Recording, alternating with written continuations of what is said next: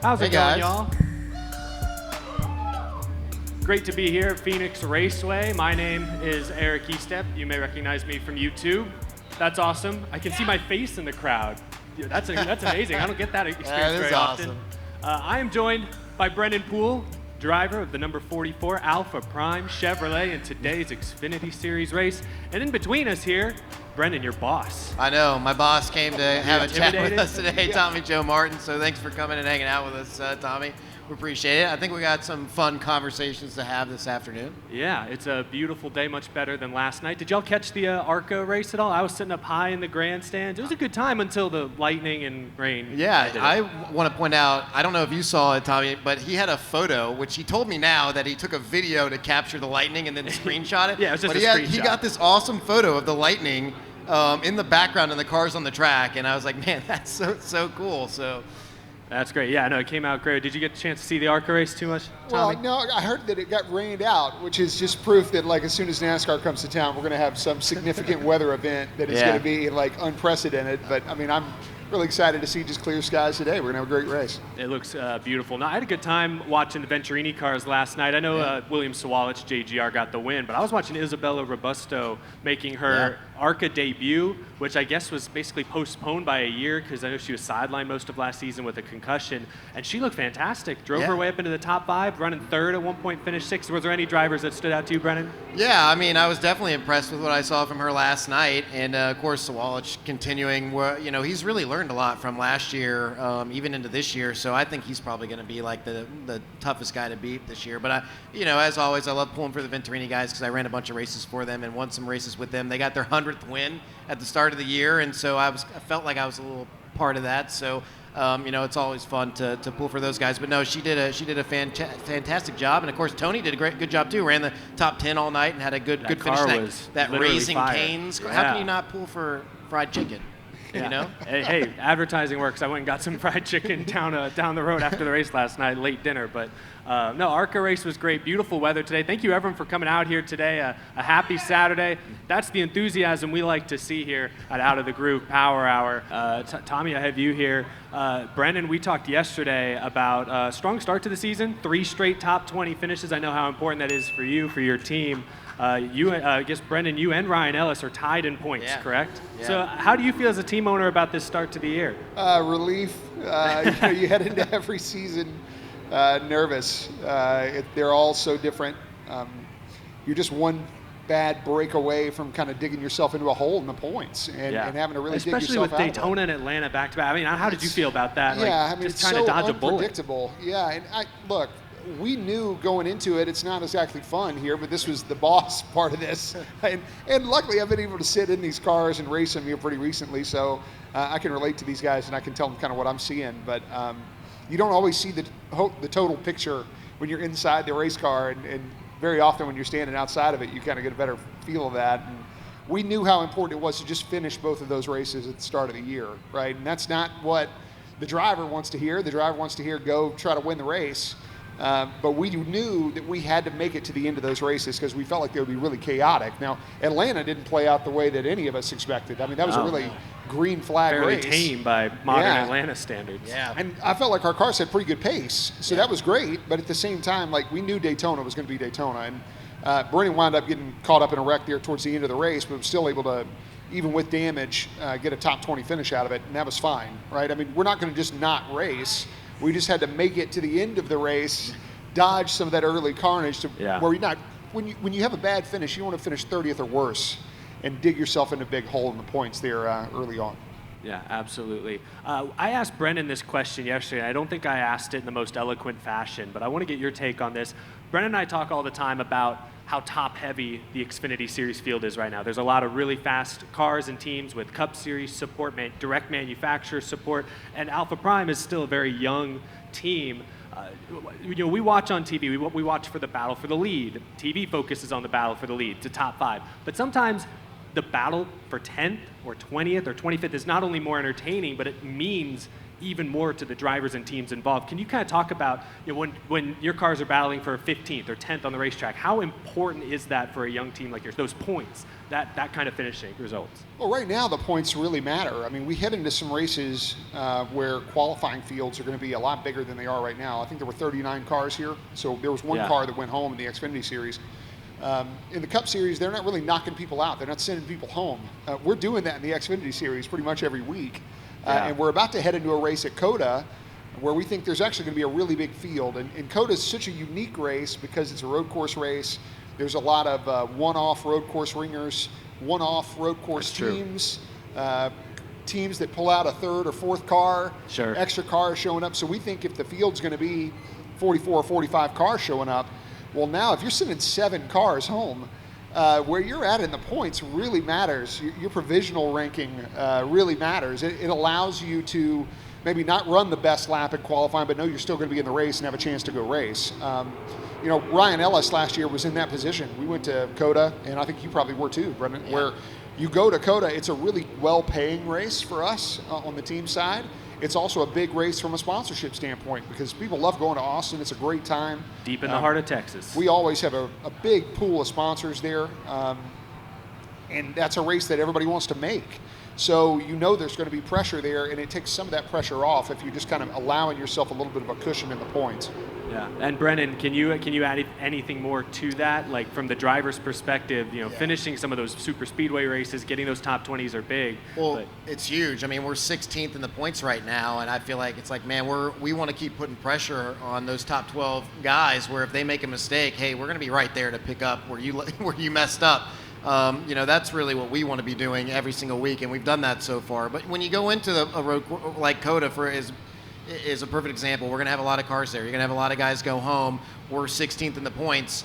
You know, that's a good place to be in. You're pretty much locked in the show, and it takes a lot of pressure off of your guys to be able to go in there with just to be a little bit more focused, because your concern is not on, oh man, are we going to make the race? You know, if we mess up here, we don't have a clean practice, someone runs into us, wrecks you, we're not going to make the race. You know, it kind of takes that you know, out of the equation, and you just go there, you focus on your race car, you focus on getting better in the 20 minutes that we get, which is like, it's like 3 laps around COTA before you go qualify. So yeah, you just have to be smart about those things, but it really relieves a lot. Because I want to just bring up a point here. Like, we're talking about this obviously as an independent team, and qualifying being important and all this.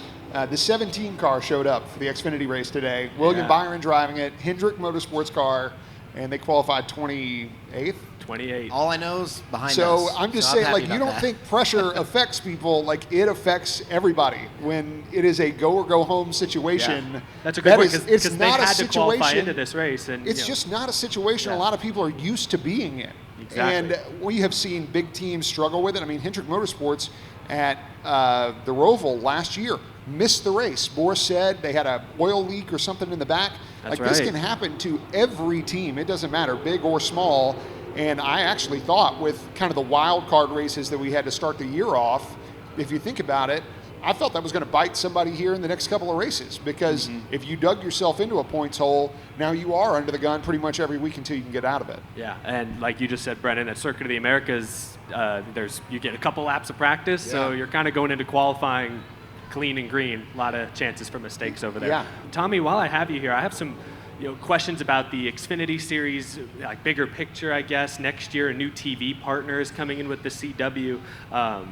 What are you hoping to see from a new broadcast partner next year for the Xfinity Series? And what do you expect from the CW specifically? I mean, look, I'm really excited about it. To know that we have an entire network that's going to be dedicated to the coverage of our series, I think that's great. 33 races. Yeah, and that's awesome. It makes it a whole lot easier to be able to tell of our fans and all of our sponsors where to go watch these races and see them. And I think it's going to give more depth to the coverage in the series, which I think really helps a team like ours that is kind of a mid-pack team in the Xfinity Series. I think it's going to breathe more life into that. We're going to have more time to tell the stories of the drivers and the teams as a whole over the course of the year, rather than right now, which feels like at times we wind up focusing on the front of the field maybe a little bit more. I think there's going to be more time for more depth along the 33 race season. I think they're also planning some more content outside of just the races. That's what I'm wondering. Yeah, If you got I a whole think there's more network going on. because sports, I think, as far as I understand, are still fairly new to the CW. So the Xfinity Series next year will be one of their flagship properties. So, the CW and a crowded media landscape is going to want to let everyone know, hey, we have sports here. Yeah. So, like we've seen Netflix do, the series with the Cup Series. Maybe we get something like that with the CW. You'd be the star of that, wouldn't you, Brennan? Well, I would hope so. No, Yeah, I think maybe it we would be can a make lot that of happen. fun. I think it would be a lot of fun. I think it's something they should do. I mean, there's a lot of guys in the Xfinity Series right now that are fighting to continue to stay here in the sport, and that fight is not only is it challenging, but I know from the outside looking in, it's an entertaining one for sure. So I think it would create the fans to see a lot of the drivers' real personalities and their day-to-day struggles on what it's like to try to fight to be a race car driver. Like we talked about the other day, there's only 38 guys that get to race today in the world. And to be one of those guys, it's very special, and it means a lot to every single one of them.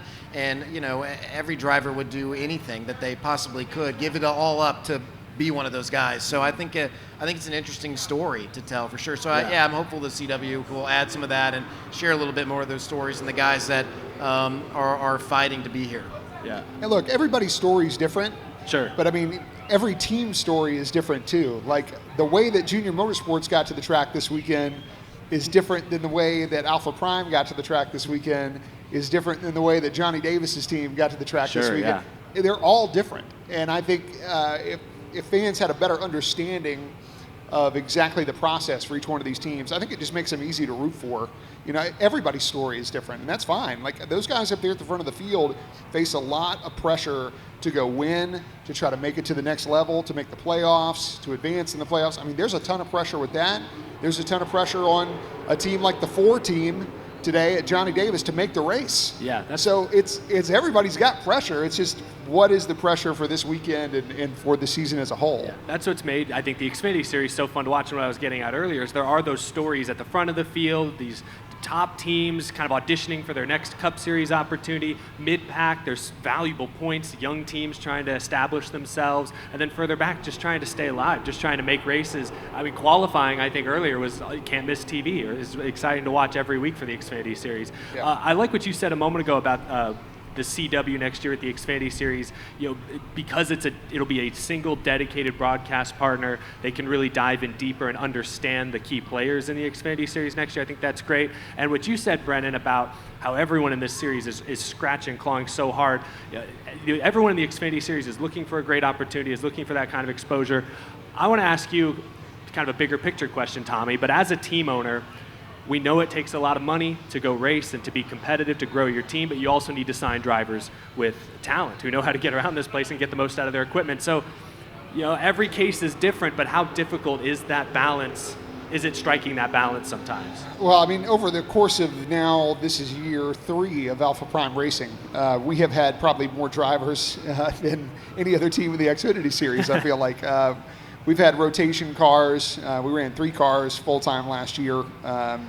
Really, this is the first year that we've just had 2 drivers running every race. So it is very different than the experience that we've had the last few years. It's been great to have Ryan Ellis kind of be the steady guy for us now for a while. I think he ran 10 races the first year and then ran all of them except 2 last year, right? So he's kind of been the steady guy, but we've had Raja Caruth and Sage Karam and Stephen Parsons, and we've had Julia Landauer drove for us for a couple of events. Are we going to get you behind the wheel again sometime soon? I did drive for a little bit, but no, nothing planned anytime soon. But I think about all the different drivers that we had, and it's like that's a really tough thing to manage. And I think now, going into year 3 of this experiment for us, I've learned the value of just consistency, right? Yeah. I think we've had some people in the car at times that can go really, really fast. But when you're doing it with a limited schedule, honestly, it's tough for a driver because you feel like, all right, well, I've only got 6 chances. Yeah, so I'm they're not going for worried it. about the points next week. I'm worried about my finish right now. I don't Yeah. care about who's driving this thing next week. And so that's kind of a tough thing to manage, right? Because you've got a sponsor that's there for one race or a driver that's there for 4 races. It's just completely different agendas. Yeah. You see the bigger picture, full year, multiple years. They're there for that moment. That's Right. their audition, and it's tough. I And get that's that. what that sponsorship money does, and that's what gets them the opportunity, and it's great, and like we want them to do well, obviously. But it's tough to manage the expectation of also like, all right, hey man, we can't just be like completely bonsai here, because we're going to hand the baton off to the next guy, and he's going to have to be a go or go home because he's going to be down in the points because we just had a bad race. So the risk reward there kind of gets a little thrown off, and I think it's so much easier to develop chemistry and understand the bigger picture for a guy like Brennan or Ryan now when they know they got a job next week. They're not having to impress me.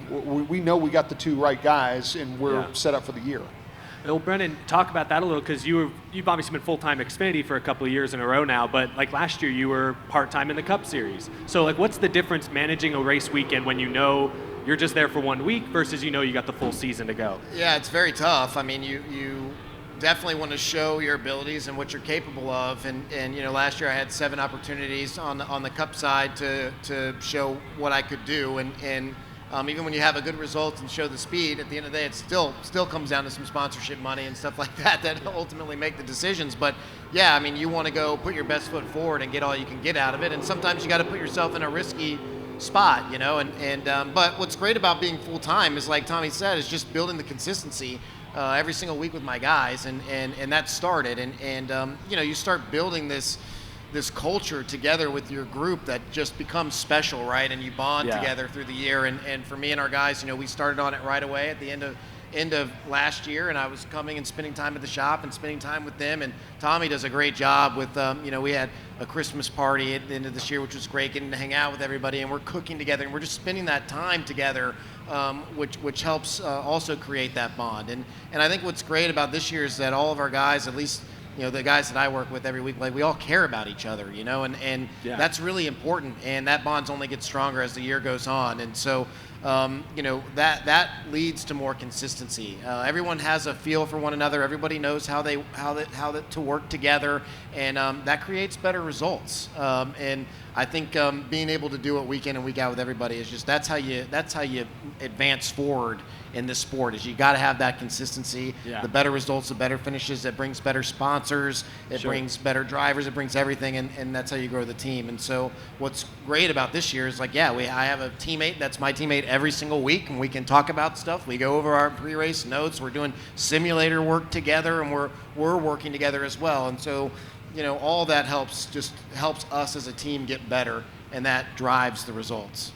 That's great. Yeah, no, it's like we were just talking about agendas. Right now, everyone's kind of on the same agenda, and that makes it much easier to push forward as a young team. I want to say thank you again to everyone who's out here live with us at Phoenix Raceway. Beautiful weather. Got an exciting Xfinity Series race on deck here in the next, hour and a half, 2 hours. We got to make sure you guys are there on time, so we can't go too long. I don't know if we'll go the full power hour. We might have to do an abbreviated hour-long session here. I want to pivot to something completely different.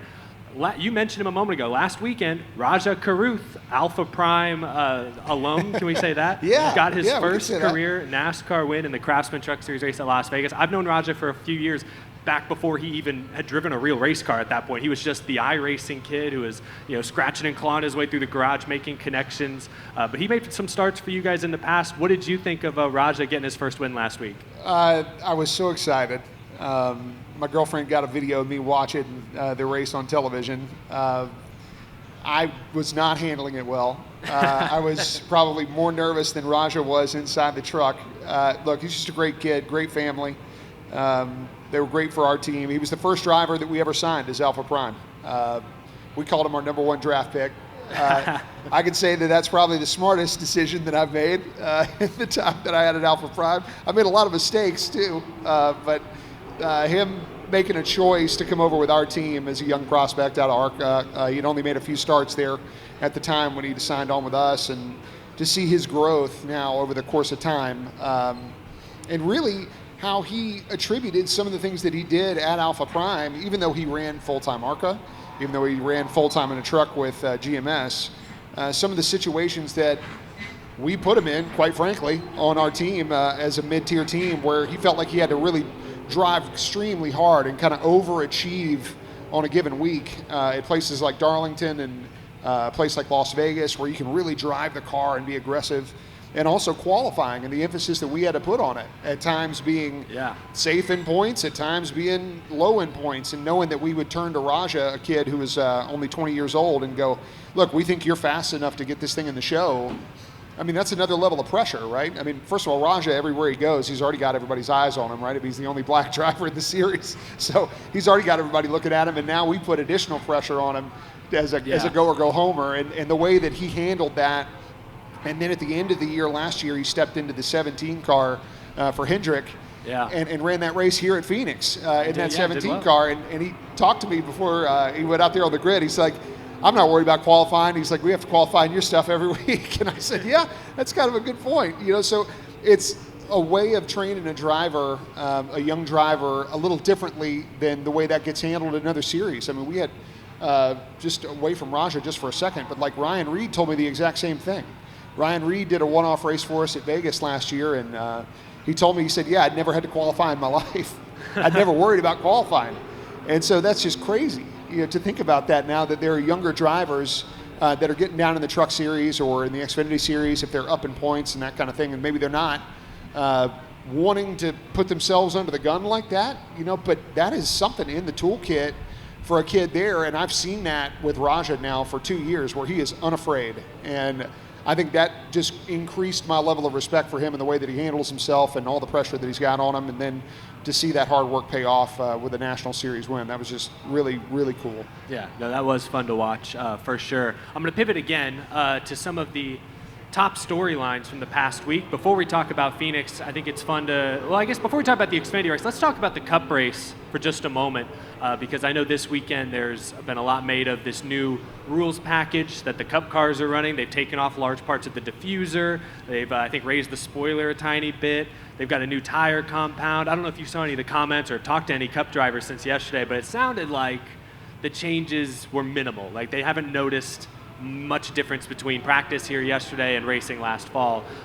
What do you expect? I'll start with you, Tommy. What do you expect to see during the Cup race tomorrow? Do you think it'll be much different? Do you think we got a race to see the truth?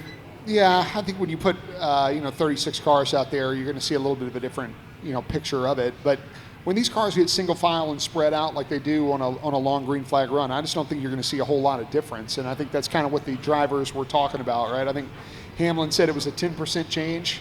I think that's probably about what you're looking at. I mean, it's going to take major changes to the underbody of these cars to really do anything aerodynamically to the short track package. It's either that or kick the power up, which you're talking to a couple of drivers up here. I don't think we're ever going to say anything about putting more horsepower on the ground. I think we're going to be fine with that. Yeah, I mean, I'd like to see more power, but I mean, I talked to Justin Haley a little bit, and he did that test at Richmond, last year, and they took the whole diffuser off and all that stuff, and he was like, yeah, I didn't. I mean, it's so small, I didn't even really know they took it off, So I don't know. It'll be curious to see how big of a difference it is when they all race. When having driven the Cup car last year, I mean, that's the thing, is just when you're directly behind someone and you come to a place like Phoenix where there's not, you have options, you have those 2 lanes you can kind of move around on, but sometimes the preferred lane that you want to be in, you just can't run. You gotta get a whole car away from them. We run tracks where in the Xfinity car, you run right against the fence, right, at Miami, places like that. Sure. And you can kind of follow and also run that line and run the fence. And in the Cup car, it's like you can't do it. You have to be like a car below them to make it work. And I think that's kind of the challenging, is just that dirty air makes it tough. And the Cup field right now is so competitive that all the cars are basically running the same speed. Yeah. So it's so difficult to pass because you have to be a lot faster than that next car to pass them. So you end up getting, you have all the best drivers in the world with all these great teams that are spending all the huge amounts of money, and they all run within 0.6 of a second, which is like that. I mean, it's tough. Yeah, I mean, we saw that dirty air come into play at Las Vegas in the Cup race last weekend with Reddick and Larson. Aero blocking has become a popular term now, but now we're talking about on shorter ovals as well, and I think that has a lot of fans and even drivers, I'm sure, their heads are kind of spinning like what are we doing? This is so different, so radically different than even 10, 20 years ago. What makes the Xfinity Series cars somewhat, and obviously they're not immune to the dirty air effects, but Yeah. like you just said, I mean, that you're able to drive right up behind guys at a lot of the even higher speed tracks.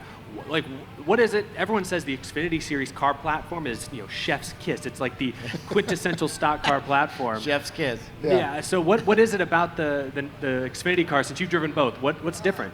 I mean, look, it is the best. And we know that it is. It's so simple. So, I mean, we have a Cup car sitting over here, right? Okay, let's analyze it. There is a lot of aerodynamic stuff going on in that race car, and I would tell you that the Xfinity Series body is a composite body. It's a simple body.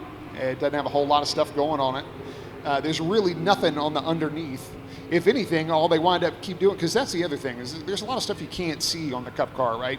The diffuser and all the stuff that happens underneath, and the way that the air flows underneath the front splitter of that car, very different than on an Xfinity Series car. We have a pan that's probably about as big as this piece of plexiglass right here, not more big than about this, and that's like all the front downforce you're going to make is that in a splitter. That splitter is already way bigger than the one that's on an Xfinity car, and so that is what is hitting the front of the car, creating that front downforce, creating all that disturbance in the air here, and it's just not as much.